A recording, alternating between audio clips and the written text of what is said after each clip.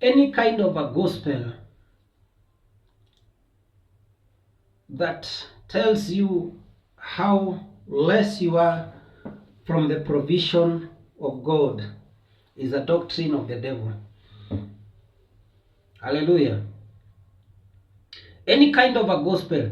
Nashanganga because every preacher ataita wale watu ambao wako na mashida, hataita wale wenye uwezo.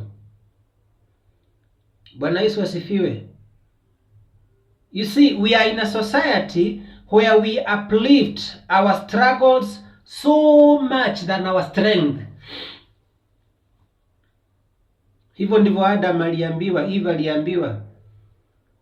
Ati Mungu alisema msikule miti yote iko katika shamba.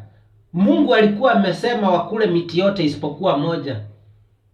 Wao umepewa kila kitu, umenyimwa moja.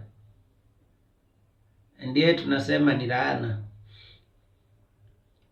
I think it is about time we as Christians we start looking the gospel in another way.